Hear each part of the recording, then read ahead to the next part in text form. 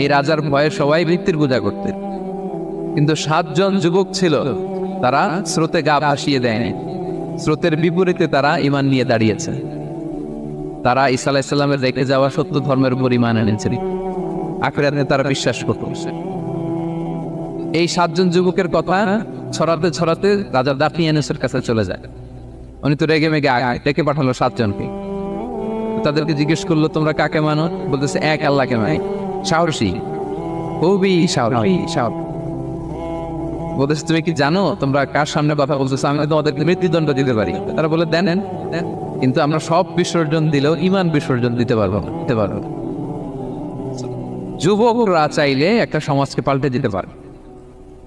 এই পৃথিবীতে যত বড় বড় বিপ্লব হয়েছে এগুলো যুবকরাই এনেছে। তারা হচ্ছে সভ্যতা গড়ার কারিগর। আসহাবে কাহাফ আমাদের এই সময়ের নওজওয়ানদের জন্য প্রেরণা। তারা আমাদের জন্য প্রেরণার বাতিঘর। তারা যেমনি ঈমানকে রক্ষা করেছে, আমাদের যুবকরা চাইলেও তাদের ঈমানি চেতনাতে স্পিরিট দিয়ে সমাজটাকে পাল্টে দিতে পারে। কি বলেন? সূরা কাহাফ থেকে কিছু কথা আপনাদের সাথে আজকে শেয়ার করব ইনশাআল্লাহ।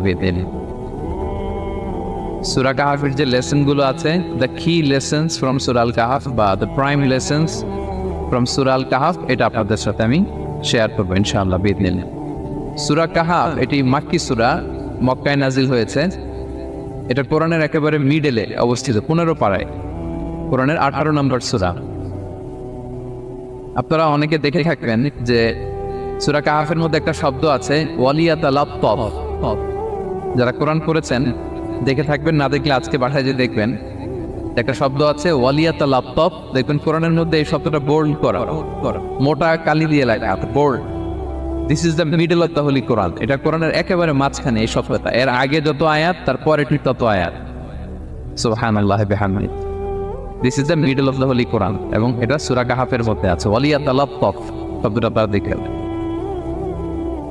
এবং এই সূরাটা নবুয়তির 5ম বৎসরে নাজিল হয়েছিল, আবিসিনিয়াতে হিজরতের পূর্বে। তখন সাহাবীদের উপর, নমুসলিম সাহাবাদের উপর কঠিন অত্যাচার চলতেছিল, ভয়ঙ্কর ধরনের অত্যাচার।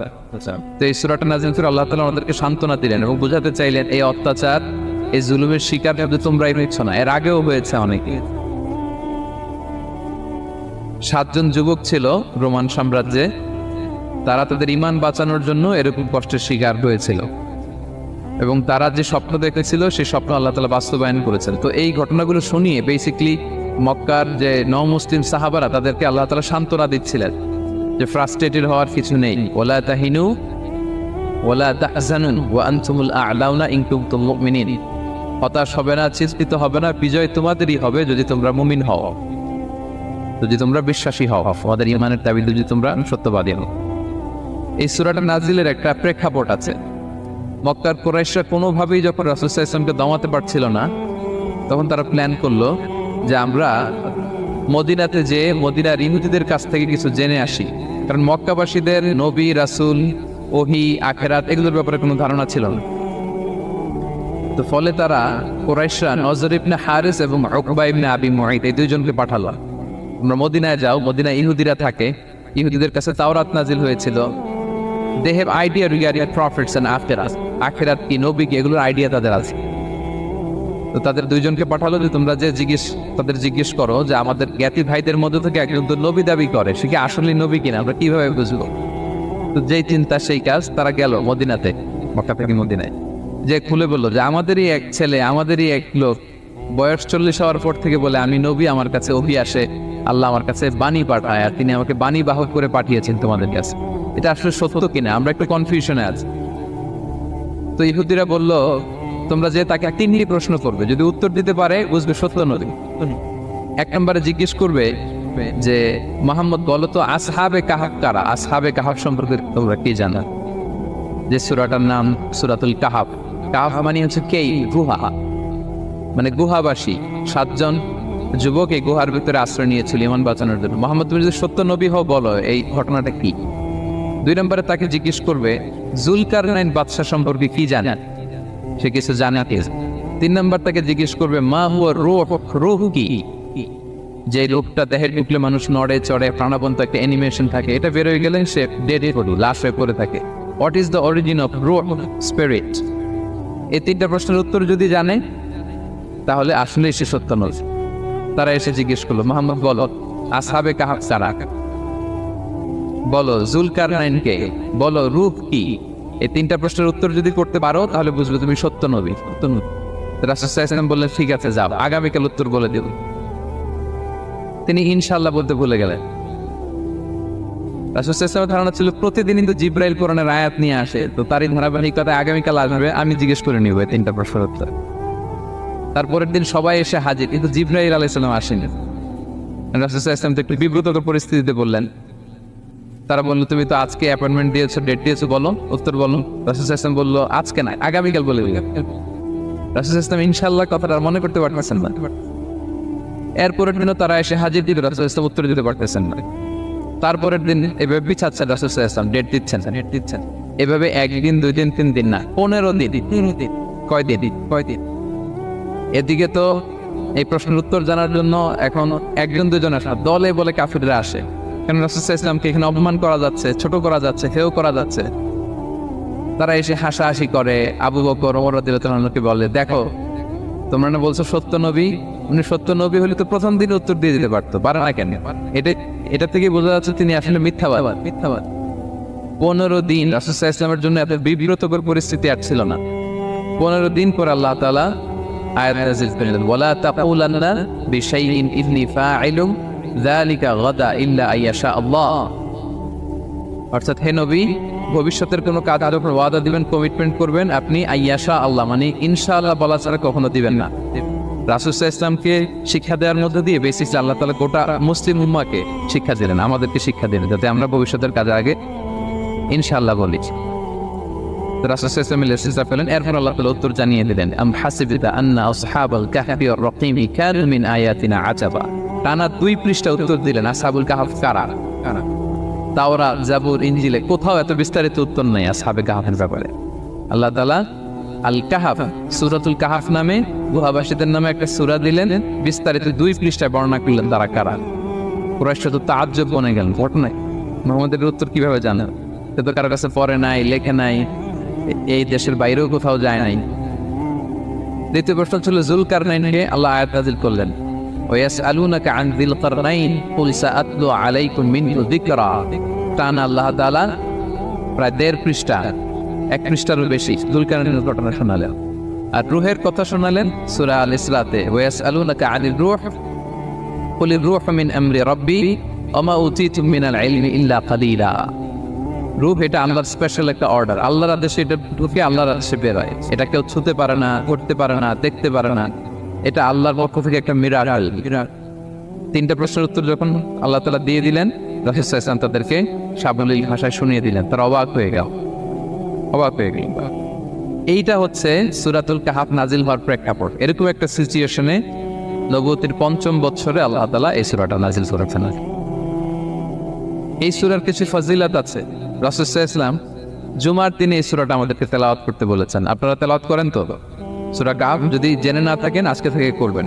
রাসূল সাল্লাল্লাহু আলাইহি ওয়াসাল্লাম বলেছেন যে জুমার দিনে যে এই সূরা কাহাফ তেলাওয়াত করবে, মান ক্বারা সূরাতাল কাহফি ফি ইয়াউমিল জুমআতি আদাআ লাহু মিনান নূরি মা বাইনাল জুমআতাইন। 2 জুমার মাঝখানে আল্লাহ তাআলা এই জুমার সময়টাকে তার জন্য আলোকিত করে দেয়। কি করে দেয়?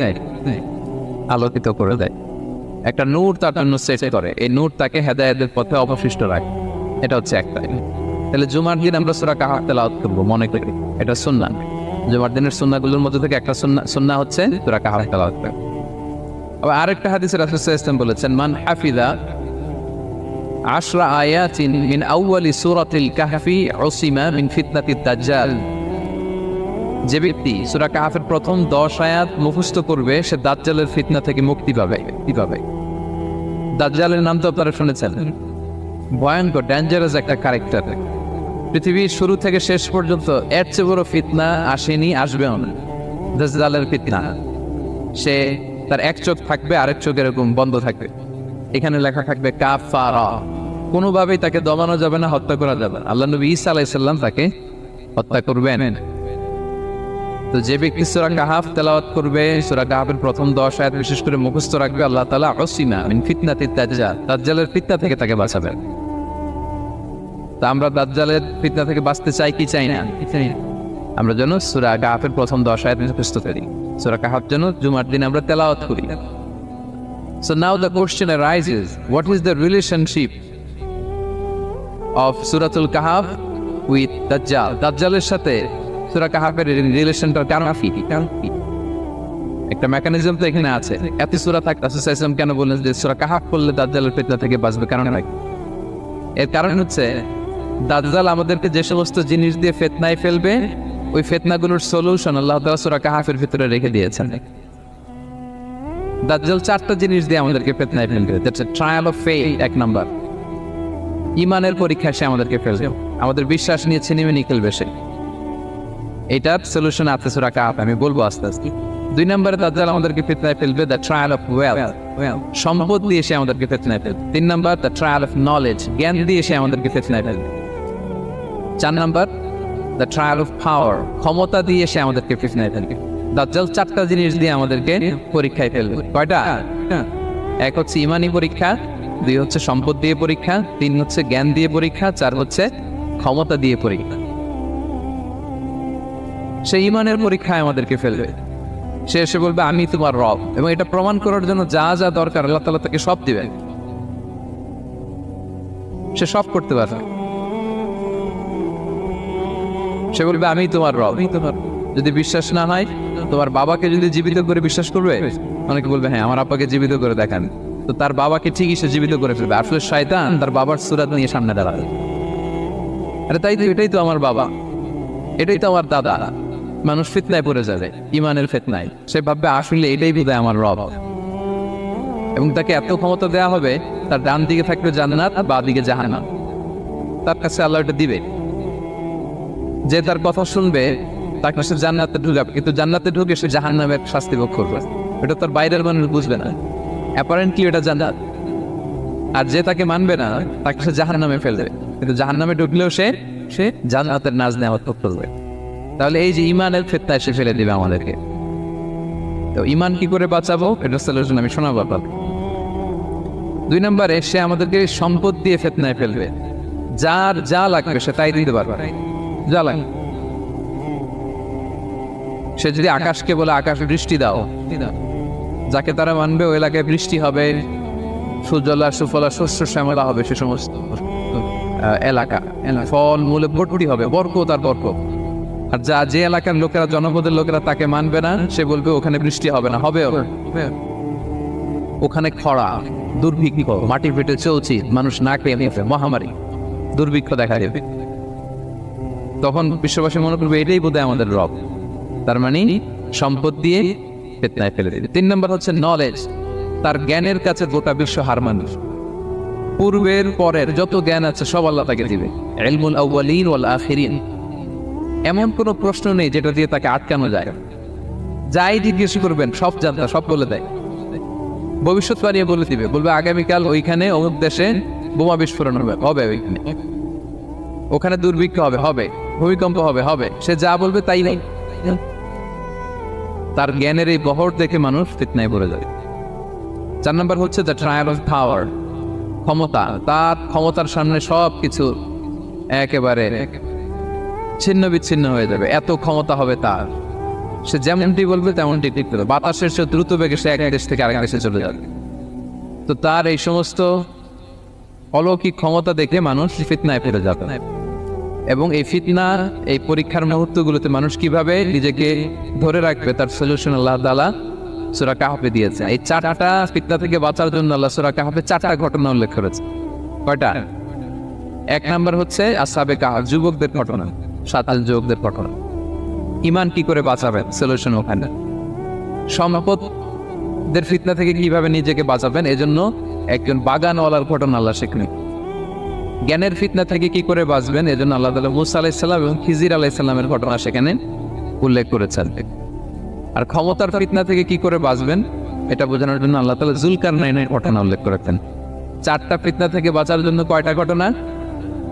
4টা ঘটনা। আমরা তাহলে একটা একটা করে ঘটনা শুনি, আমরা একটু উদ্ধার করার চেষ্টা করি যে কি কি সলিউশন আল্লাহ তাআলা আমাদের বাতান দিলেন। 1 নম্বরে হচ্ছে আসহাবে কাহফের ঘটনা। এটা 250 খ্রিস্টাব্দের সময়কালে রোমান সাম্রাজ্যের একজন বাদশা ছিল, নাম দাকিয়ানিয়াস, প্রতাপশালী বাদশা, পৌত্তলিক, মূর্তির পূজা করে। ঈসা আলাইহিস সালাম বিদায় নিয়েছেন 200-250 বছর হলো। তো সব নবীর ধর্মই কিন্তু ইসলাম, যদিও আমরা নাসারা বলি, ইয়াহুদি বলি, সব নবীদের ধর্মই কি ইসলাম। তো তিনি ছিলেন পৌত্তলিক, মূর্তির পূজা করত। আর তার এলাকায় কেউ যদি ঈসা আলাইহিস সালামের নাম নিত, আখিরাতে বিশ্বাস করতো, আল্লাহ বিশ্বাস করতো, তাদেরকে তারা পাথর মেরে হত্যা করত। এজন্য ভয়ে কেউ ঈসাই ধর্মে ঈমান আনত না, মানে ইসলামে ঈমান আনত না। এই রাজার ভয়ে সবাই মৃত্যুর পূজা করতেন। কিন্তু 7 জন যুবক ছিল, তারা স্রোতে গা ভাসিয়ে দেয়নি, স্রোতের বিপরীতে তারা ঈমান নিয়ে দাঁড়িয়েছে। তারা ঈসা আলাইহিস সালামের রেখে যাওয়া সত্য ধর্মের উপর ঈমান এনেছে, আখিরাতে তারা বিশ্বাস করত। এই 7 জন যুবকের কথা ছড়াতে ছড়াতে রাজা দাকিয়ানুসের কাছে চলে যায়। উনি তো রেগে মেগে ডেকে পাঠালো 7 জনকে। তাদেরকে জিজ্ঞেস করলো, তোমরা কাকে মানো? বলতেছে এক আল্লাহকে মানি। সাহসী, খুবই সাহসী।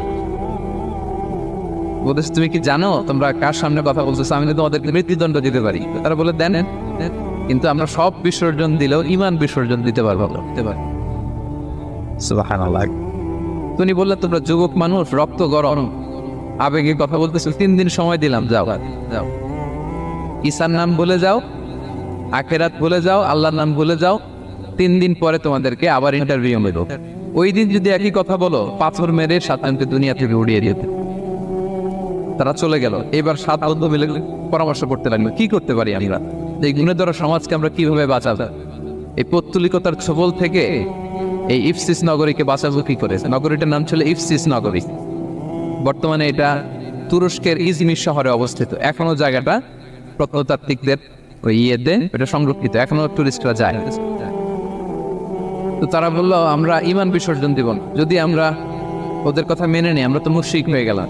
চলো আমরা এক কাজ করি, আমরা এলাকা ছেড়ে দেব।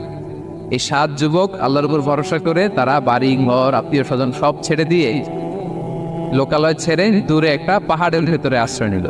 পাহাড়ের ভেতরে একটা গুহা ছিল। এই গুহা কি আরবিতে বলে আল কাহার। কি বলে এই সূরার নাম কি? সূরাতুল কাহার। তো তাদের সাথে সাথে একটা কুকুরও যাচ্ছে।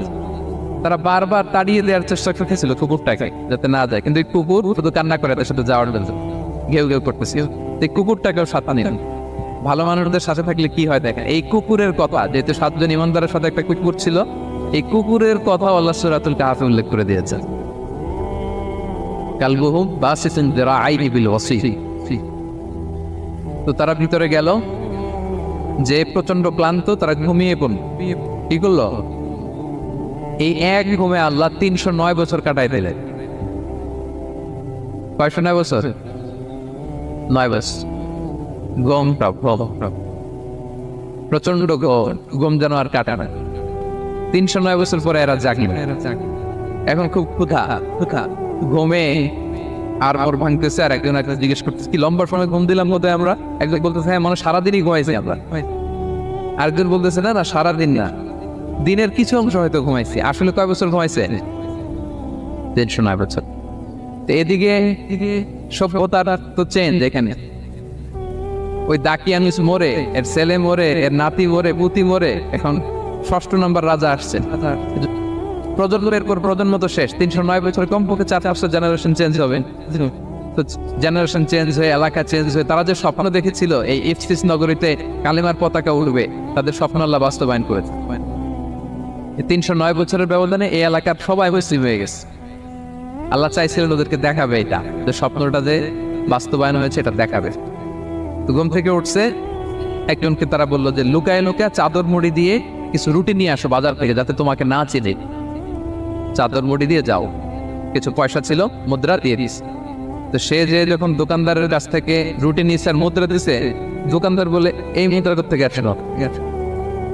309 বছর আগে মালয়েশিয়াতে রিঙ্গিট ছিল কিনা জানি না, যেভাবে ওরা ট্রানজাকশন করতে পারে, যেটা ছিল ওইটা যদি এখন কেউ দেয়, রাজধানী বিলাসে খাবার পাওয়া যাবে? হ্যাঁ। তো রুটিওয়ালা বলে, তুমি বর্তমান সময়ের মুদ্রা দাও, এটা দিচ্ছ কেন? বলতেছে, এটা তো বর্তমান সময়ের মুদ্রা।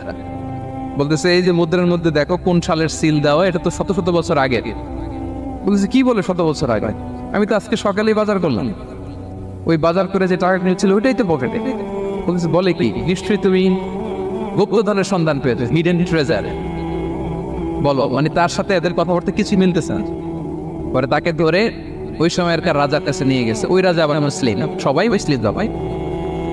সে যা বলে এরাও কেউ বিশ্বাস করে না, এরাও যা বলে এও বিশ্বাস করে না। আর এলাকা এর বাড়ি ঘর আসবে থেকে, এর নাতি পুতি যা আছে 5-6 পুরুষ তো মরে সবাই কবরে। তখন তার কথা শুনে সবাই অবাক। তো এটা মিলানোর জন্য তারা 309 বছর আগে দাকিয়ানুস বাদশার সরকারি যে নথিপত্র, ওই পুরাতন ছিঁড়া নথিপত্র তারা বের করলো। বের করে দেখেন ঠিকই দাকিয়ানুস নামে এক বাদশা ছিল, আর অনেক শত শত বছর আগে মোস্ট ওয়ান্টেড 7 জন যুবক ছিল যাদের ব্যাপারে এক্সিকিউশনের অর্ডার ছিল। এখন দেখে তারা অবাক। লম্বা ঘটনা আমি শর্ট করে বলতেছি। পরে সবাই মিলে তাকে সহ এই গুহায় গেল।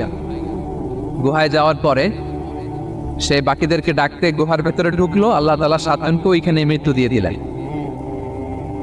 চিরকালের জন্য এই 7 জন ঘুমায় ফেলল। আর এলাকাবাসী রাজা সহ ওইখানে তারা একটা মসজিদ নির্মাণ করলেন। This is the story of আসহাবে কাহাফ। তো এলাকাবাসী যদিও মুসলিম হয়েছিল, কিন্তু আখিরাতের ব্যাপারে তাদের একটা সন্দেহ ছিল যে আসলে মানুষ মরার পরে কি আবার জীবিত হবে, মৃত্যুবরণ করার পরে আবার মানুষ জীবিত হবে। তাদের মনের মধ্যে একটা সন্দেহ ছিল যে আসলে মারা গেলে মানুষ আবার উঠতে পারে। তো তাদের এই সন্দেহ দূর করার জন্য আল্লাহ তাআলা এই 7 জনকে 309 বছর ঘুম পাড়িয়ে আবার জীবিত করলেন। সুবহানাল্লাহ। তাহলে ঈমান কিভাবে বাঁচাতে হয় এটার প্রেরণা আমরা এই 7 যুবকের কাছ থেকে পাই। এখানে যেটা আমরা শিখি প্রিয় ভাইরা, 1 নম্বর লেসন হচ্ছে আমাদের গুড কোম্পানি লাগবে, রাইচাস পিপল, মানে আমাদের সার্কেলটা ভালো হইতে হবে। তাদের 7 জনের সার্কেলটা খুব ভালো ছিল, ফলে তারা বিপথে যায় নাই এবং তারা এমন শক্ত সিদ্ধান্ত নিয়েছে যে আল্লাহ তাআলা সেটাতে বরকত দিয়েছেন, গোটা সমাজকে আল্লাহ তাআলা চেঞ্জ করে দিয়েছেন। এটা হচ্ছে 1 নম্বর লেসন। আপনি ঈমান বাঁচাতে হলে আপনার সার্কেল ভালো লাগবে। বুঝবেন যে এলাকায় যাবেন ওখানে নামাজি সার্কেল কারা আছে, ওখানে জ্ঞানীগুণী সার্কেল কারা আছে, ওখানে ভালো কাজ করতে চায়, একে অপরকে সহযোগিতা করে, কল্যাণের পথের যাত্রী কারা আছে খুঁজতে হবে আপনাকে। খুঁজে ওই সার্কেলে আপনি যুক্ত হবে, তাইলে ঈমান বাঁচানো যাবে। ক্লিয়ার? 2 নাম্বার হচ্ছে the conflict between believers and disbelievers is universal. সত্য মিথ্যার লড়াই এটা চিরন্তন, আজীবন থাকবে। এটা ওনাদেরও ছিল, এখনো আমাদের লড়াই করে যেতে হচ্ছে, আমাদের ভবিষ্যৎ প্রজন্মও করবে। এই লড়াইটা আমরা করে যেতে চাই। কি বলে? হ্যাঁ, থামা যাবে না? আমরা থামতে আসিনি, আমরা এই লড়াইটা করে যাব। আমরা সত্যের কথা বলেই যাব ইনশাআল্লাহ। বলেন ইনশাআল্লাহ।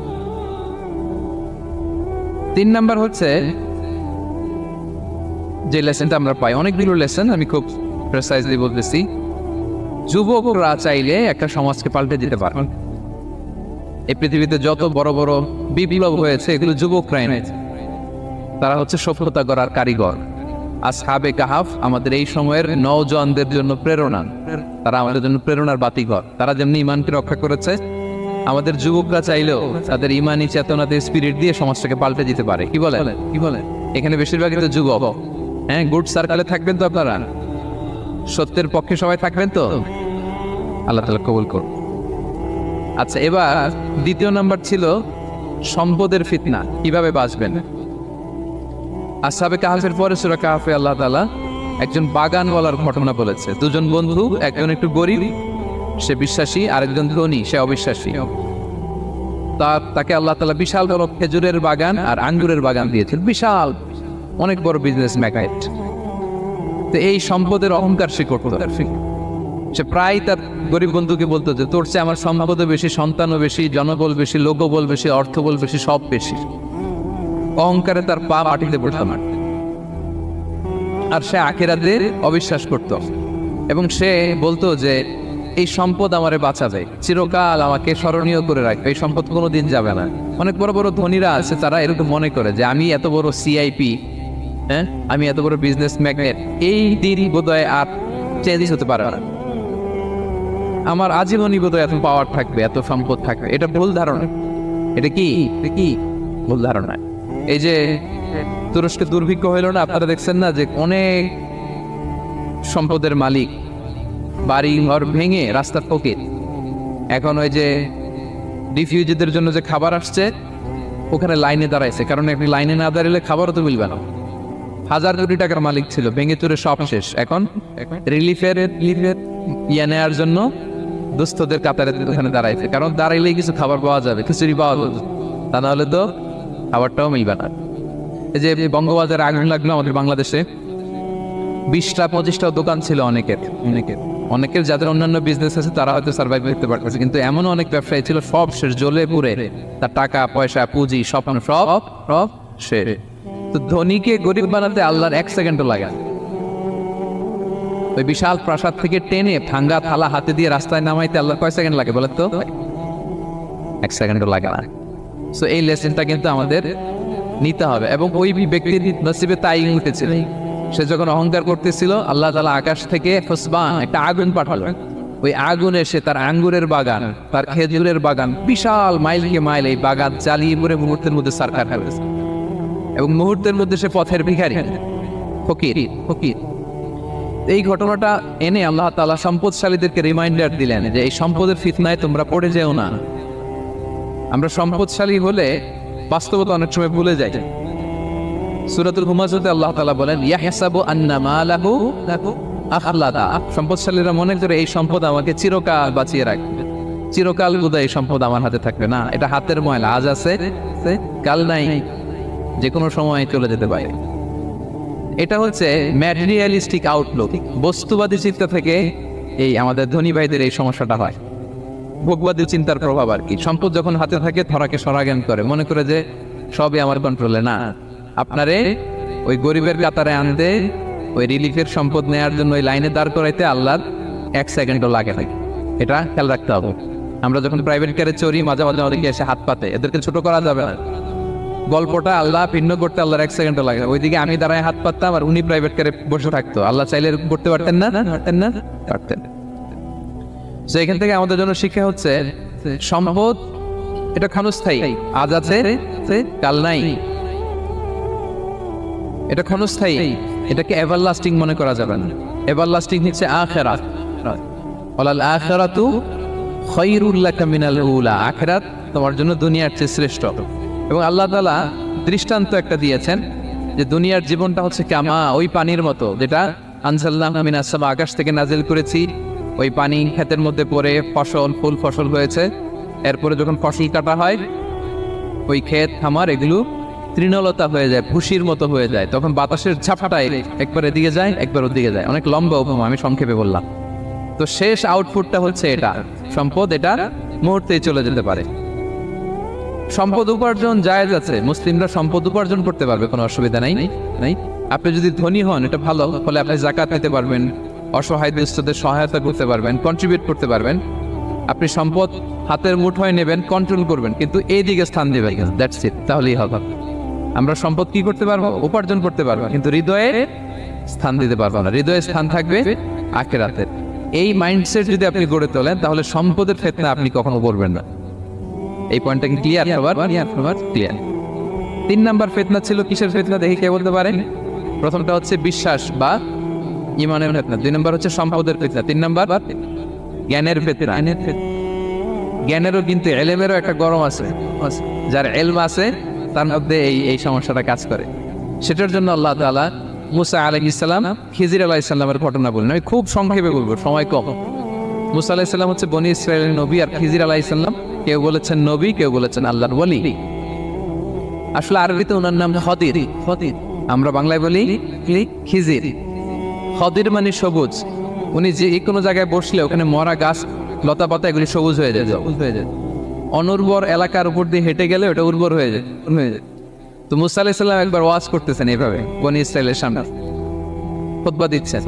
হঠাৎ এক লোক দাঁড়ায় বলে, ইয়া নবী আল্লাহ, মান আ'লামু ফিল আরদ, বর্তমান পৃথিবীতে সবচেয়ে জ্ঞানী কে? মুসা আলাইহিস সালাম বলেন, ফাকালা আনা, আমি।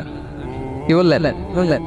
উনি আসলে ভুল কিছু বলেন নাই, কারণ প্রত্যেক জামানার নবীকেই আল্লাহ তাআলা সবচেয়ে বেশি জ্ঞান দিয়ে পাঠান, কারণ তার কাছে ওহীর জ্ঞান আসে, অদৃশ্যের খবর আসে, ইলমুল গায়ব আসে। কিন্তু এই উত্তরটা আল্লাহ তাআলার পছন্দ হয়নি। আল্লাহ তাআলা চাচ্ছিলেন মুসা যদি বলতো আল্লাহ তাআলাই জানে কি জ্ঞানী বা আল্লাহই সবচেয়ে জ্ঞানী, এরকম হলে ভালো হতো। কিন্তু মুসা আলাইহিস সালাম কি বলছে? আমি। এখন প্রশ্ন করলো সবচেয়ে বড় জ্ঞানী কে? উনি কি বললেন? আমি। এই যে আমি এটাতে ঝামেলা আছে। আমি বড়, আমি জানি, আমি সব, দিস ইজ প্রবলেমেটিক। আল্লাহ এটা পছন্দ করলেন না। আল্লাহ তাআলা মুসা আলাইহিস সালামকে বললেন, মুসা তুমি যে বলছো তুমি জ্ঞানী, না তুমি জ্ঞানী না, তোমার চেয়ে বড় জ্ঞানী আছে। ঈসা আলাইহিস সালাম বলে, তাই নাকি? আমার চেয়ে বড় জ্ঞানী কে?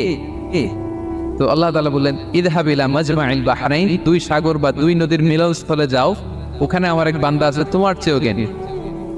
মুসা আলাইহিস সালাম বললেন তাই নাই? তো আল্লাহ আমি কিভাবে চিনি উনি কোথায় থাকে, কিভাবে বুঝবো? আল্লাহ বললেন একটা বড় মাছ নাও, এটাকে ফ্রাই করো, এটাকে ফ্রাই করে একটা ঝুড়ির ভেতরে নাও, যেখানে এই মাছটা সাগরে ঢুকে যাবে ওখানে আমার বান্দাকে পাবে। তো উনি ওনার সহযোগী ইউশা ইবনে নুনকে নিয়ে হাঁটতে লাগলেন। হাঁটতে হাঁটতে এক জায়গায় ক্লান্ত হয়ে পাথরের পাশে বিশ্রাম নিলেন। ওই পাথর থেকে আবার এক ধরনের পানি বের হয়, এই পানিটারে বলে আবে হায়াতের পানি, মাউল হায়াত, জীবন নদীর পানি। এই পানি কোনো মৃত প্রাণী বা বস্তুর গায়ে লাগলে ওটা জীবিত হয়ে যায়। তো ওনারা পাথরে হেলান দিয়ে বিশ্রাম নিচ্ছিলেন, ওই পানি ওই ফ্রাই করা মাছের গায়ে লাগার সাথে সাথে মাছ জীবিত হয়ে ঝুড়ি থেকে বের হয়ে সাগরে ঢুকে গেছে। ওনারা আর খেয়াল করে না। এরপর আবার হাঁটতে লাগলেন। হাঁটতে হাঁটতে যখন ক্লান্ত তখন বলে এই ইউশা, আমাদের ওই মাছ ফ্রাই মাছটা দাও, এখন খাই। তো ঝুড়ি খুলে দেখে মাছ নাই। মাছ গেল কোথায়? তখন ইউশা বললো হয়তো আমরা যে পাথরের ওখানে বিশ্রাম নিয়েছিলাম ওখানে আমরা বিশ্রাম, ওখানে হারাই ফেলছি। চলো চলো, আরে ওইদিকে তো যেতে হবে আমাদের। উনি গেলেন, যে দেখে মাছ যে জীবিত হয়ে বালুর দিকে নাড়াচাড়া করতে করতে সাগরে ঢুকে গেছে, ওখানে দাগ আছে। মুসা আলাইহিস সালাম ঢুকলেন সুরঙ্গ, ঢুকে দেখে চাদর গায়ে দিয়ে এক লোক শুয়ে আছে। সালাম দিলেন, আসসালামু আলাইকুম। ওই লোক চাদর আর সরায় না, ভিতর থেকে বলতেছে ওয়ালাইকুম আসসালাম। তো চাদরের ভিতর থেকে উনি বলে মানা, তুমি কে? মুসা আলাইহিস সালাম বললেন আনা মুসা, আমি মুসা। উনি বলে মুসা বনি ইসরাইল, বনি ইসরাইলের মুসা? বলেন হ্যাঁ। কেন এসেছো? এবার চাদর খুললেন, বলতেছে আপনার কাছ থেকে কিছু শিখতে আসছি। আল্লাহ বলছে আপনি নাকি সবচেয়ে বড় জ্ঞানী। আমি ভুল করে বলে ফেলছিলাম আমি, আল্লাহ বলছেন যে আপনি নাকি জ্ঞানী। বলতেছে না, তুমি আমার জ্ঞান নিতে পারবা না, ওই ধৈর্য শক্তি তোমার নাই। মুসা আলাইহিস সালাম বললেন যে আপনি যে কোনো শর্তে আমাকে একটু রাখেন কয়েকদিন, আপনার সাথে আমি রাজি। বললেন না তুই পারবা না। মুসা আলাইহিস সালাম জোর করতে লাগলেন। অবশেষে খিদির আলাইহিস সালাম রাজি হলেন। বললেন শর্ত হচ্ছে আমি যাই করি আর না করি আমাকে কোনো প্রশ্ন করা যাবে না। মুসা আলাইহিস সালাম বললেন ওকে। সফর শুরু হলো। সামনে নদী, এক লোক তাদের নৌকা দিয়ে নদী পার করাই দিল। নদী পারাপারের পর খিজির আলাইহিস সালাম লাঠি দিয়ে নৌকার তলাটা ছিদ্র করে দিলেন। মুসা আলাইহিস সালাম বললেন ইন্নালিল্লাহ, এটা আপনি কি করলেন? ওরা আমাদেরকে নদী পার করে দিল, আর যে ভাড়াটা আসছিল এটাও নিল না, আমাদেরকে সম্মান দেখলো, আপনি নৌকা ছিদ্র করে দিলেন। খিজির আলাইহিস সালাম বলছে এই যে আমি বলছিলাম না তুমি ধৈর্য ধারণ করতে পারবো না, যাও তোমার রাস্তায় তুমি আমার রাস্তায় আনো। মুসা আলাইহিস সালাম আবার ক্ষমা চাচ্ছেন যে আপনি আমার ক্ষমা করেন, আমি তো ভুলে গেছি। আর চলতে লাগলেন। হঠাৎ বাচ্চারা খেলতেছে, এক বাচ্চাকে ধরে হত্যা করলেন খিজির আলাইহিস সালাম।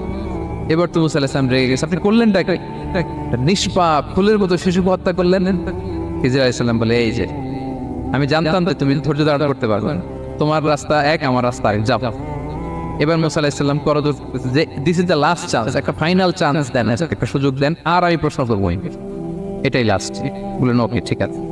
হাঁটতে হাঁটতে এক ইহুদি বসতির সামনে যে হাজির, দুজনই খুব ক্ষুধার্ত, খাবার চাইলো, এরা আবার কৃপণ, খাবার দিল না। তো খিজির আলাইহিস সালাম বললেন ঠিক আছে খাবার যদি দিচ্ছেন আমরা চলে যাই। যাওয়ার পথে দেখতেছে এই এলাকার একটা দেয়াল ভেঙে পড়ে যাবে। তিনি বললেন মুসা চলো এটা ঠিক করে দেই।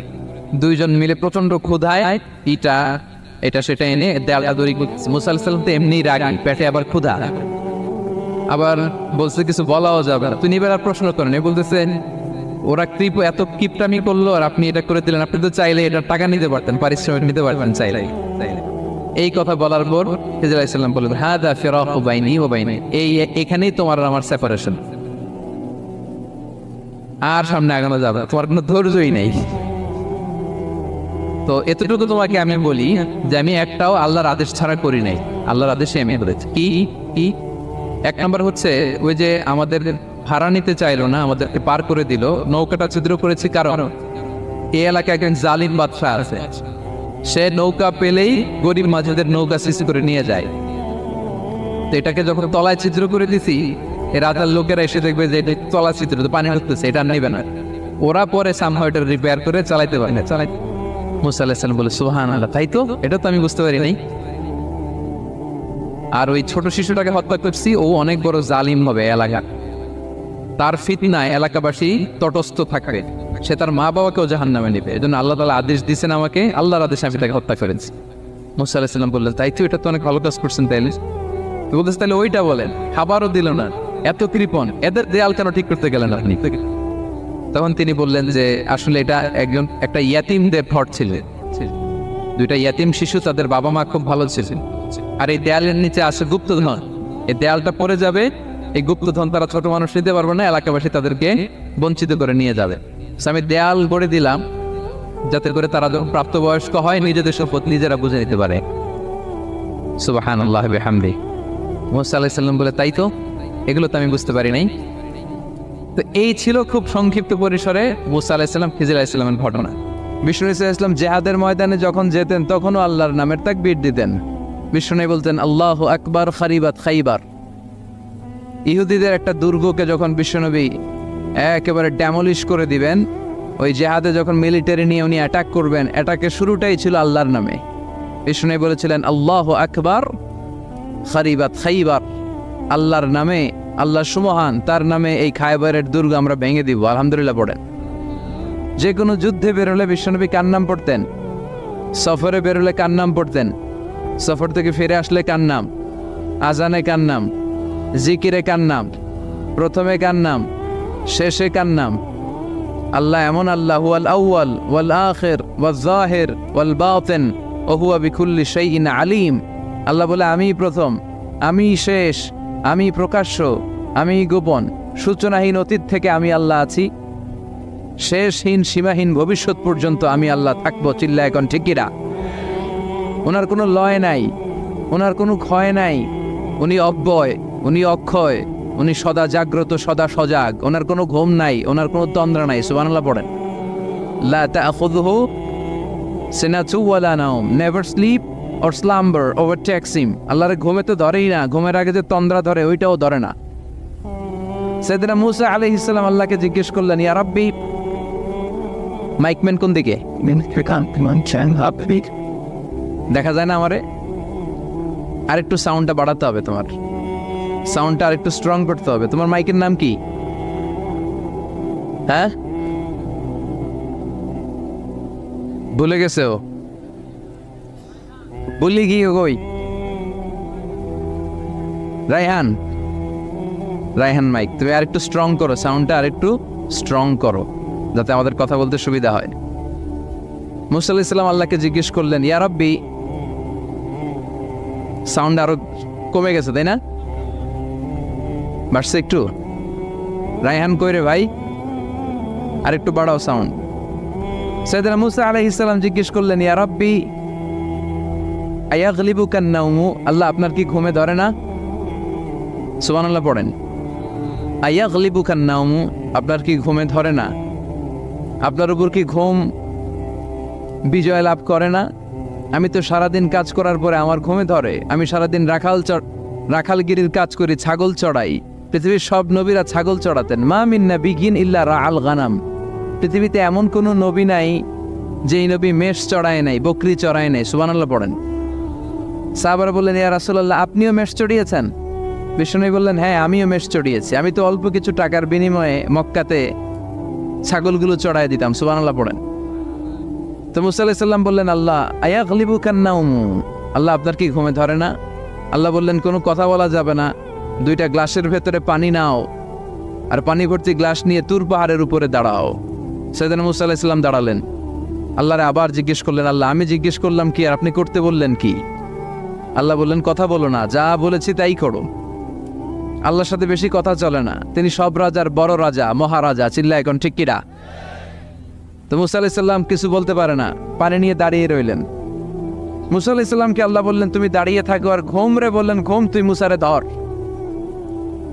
ঘুম যে এবার সাইয়েদনা মুসা আলাইহিস সালামকে ধরেছে, উনি ঘুমের ধাক্কায় আর থাকতে পারে না, একবার ডানে যায় আরেকবার বায়ে যায়। ঘুমের ধাক্কায় হঠাৎ করে কাত হয়ে পড়ে যায়, আর গ্লাসগুলো মাটিতে পড়ে খান খান হয়ে ভেঙে যায়।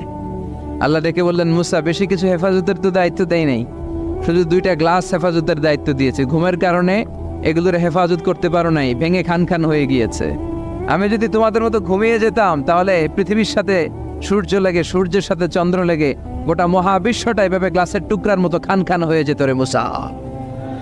এজন্য লা তাখুযুহু সিনাতুন ওয়ালা নাওম, আমার ঘুমেও ধরে না, ঘুমের আগে যে তন্দ্রা আসে ওইটাও ধরে না। Never sleep or slumber overtakes him, আল্লাহর ঘুমও নাই, তন্দ্রাও নাই। সুবহানাল্লাহ পড়েন। এজন্য ওই আল্লাহর জিকির বেশি বেশি করার দরকার আছে না নাই? দুদিনের দুনিয়া, অল্প কয়েকটা বছরের ব্যবধানেই তোমার চুল পাকতে শুরু করবে, তোমার এই রক্ত গরম শরীরটাও ঠান্ডা হয়ে যাবে, তোমার আশেপাশে আর কেউ ঘুরবে না, কেউ তোমারে ডাকবে না, কেউ তোমারে গুনবে না। চিল্লায় বলেন ঠিক কি না? এজন্য কিয়ামতের দিন বিশ্বনবী বলেন, বনি আদম 5টা প্রশ্নের উত্তর না দিয়ে কেউ পা নাড়াতে পারবে না। এর মধ্যে একটা প্রশ্ন হলো, যৌবন বয়সটা তুমি কেমন কাজে লাগিয়েছো? যৌবন বয়সে কি ইসলামের পক্ষে স্লোগান দিয়েছো নাকি আমার বামপন্থীদের দলে গিয়েছো? ঠিক না? যৌবন বয়সে কি তাফসির মাহফিলে গিয়েছো নাকি মমতাদের গানের কনসার্টে গিয়েছো? যৌবন অবস্থায় তুমি কি কোরআনের অর্থ পড়েছো, ইসলামী সাহিত্য পড়েছো নাকি চটি বই পড়েছো? ঠিক কিনা? পাই টু পাই কিয়ামতের দিন জিজ্ঞেস করবে কে? চিল্লায় বলেন কে? এজন্য তাহাজ্জুদের অভ্যাস করেন। যারা তাহাজ্জুদ পড়ে তাদের চেহারায় একটা আলাদা গ্লেস আছে। লোকটা কালো হলেও, যদি কালো রঙের লোক হয়, একটা গ্লেস আছে। আমার অনেক কালো বন্ধু আছে। আমি মিশরে পড়েছি, students of more than 100 nationalities, we use to study, stay and dwell in the same place. 100টারও বেশি দেশের ছাত্র থাকতাম। আমার অনেক আফ্রিকান বন্ধু ছিল, কুচকুচে কালো, তেল তেলে, কিন্তু কালো হলেও চেহারা একটা সৌন্দর্য আছে না নাই? এজন্য কালো মানুষও যদি তাহাজ্জুদ পড়ে চেহারায় নূর বাড়িয়ে দিবে কে? 2 নম্বরে হলো আযান আর ইকামতের মাঝখানে যদি দোয়া করে, ওই দোয়া কবুল করে কে? এটা অনেকে জানে না। আজান দিয়েছে, মসজিদে গিয়েছে, সুন্নত নামাজ পড়ে বসে আছে, কখন ইকামত হবে, আরো 5 মিনিট বাকি, মাথা চুলকায়, আছে না নাই?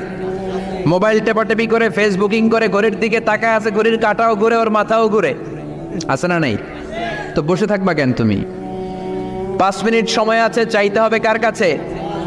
বাজারে যাওয়ার সময় যেমনি আপনি লিস্ট করে নিয়ে যান, এটা লাগবে ওটা লাগবে, মসজিদে যাওয়ার সময় মোবাইলের টুকি নিয়ে যান, কাগজের টুকি নিয়ে যান। আল্লাহ আমার সুন্দরী বউ লাগবে, বউ দাও, দিবে কে?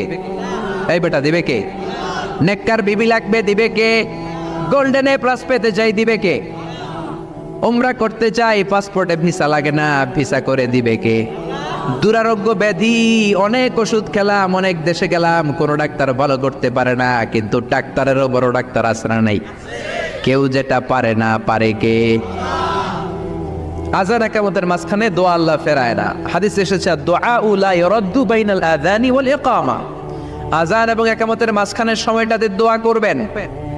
তারপরে বিশ্বনবী বললেন, দুবুরাস সালাওয়াতিল মাকতুবা, ফরজ নামাজের পরে দোয়া করলে কবুল করে কে? আমাদের দেশে আসসালামু আলাইকুম রাহমাতুল্লাহ, আসসালামু আলাইকুম, আমিন ইয়া আরহামার রাহিমিন, আছে না নেই? এই দোয়া বিশ্বনবী এইভাবে দোয়া করতেন না। বিশ্বনবী সালাম ফেরানোর পরে পড়তেন আল্লাহু আকবার। কি পড়তেন? নামাজ শুরু আল্লাহু আকবার দিয়ে, শেষও আল্লাহু আকবার দিয়ে। তারপরে সাহাবীদের দিকে ফিরে বসতেন। আমাদের দেশে শুধু ফজরের নামাজ আর আসরের নামাজ, এই 2 ওয়াক্তে ইমাম সাহেব ফিরে বসে, ঠিক কিনা? তো সুন্নাহ হচ্ছে 5 ওয়াক্ত নামাজেই ইমাম সাহেব মুসল্লিদের দিকে ফিরে বসবে। এরপরে বিশ্বনবী পড়তেন 3 বার আস্তাগফিরুল্লাহ, আস্তাগফিরুল্লাহ, আস্তাগফিরুল্লাহ। তারপরে বিশ্বনবী পড়তেন আল্লাহুম্মা আনতাস সালাম ওয়া মিনকাস সালাম, এই দোয়াটা। এরপরে পড়তেন রাদিতু বিল্লাহি রাব্বা, এই দোয়া। এরপরে পড়তেন আল্লাহুম্মা লা মানিআ লিমা আ'তাইতা ওয়া লা মু'তিয়া লিমা মানা'তা ওয়া লা ইয়ানফা'ু যাল জাদ্দি মিনকাল জাদ। তারপরে আয়াতুল কুরসি পড়তেন। তারপরে বিশ্বনবী 33 বার সুবহানাল্লাহ, 33 বার আলহামদুলিল্লাহ, 33 বার আল্লাহু আকবার, আছে না নাই? এই তাসবিহগুলো আগে আপনি পড়বেন ঠান্ডা মাথায়।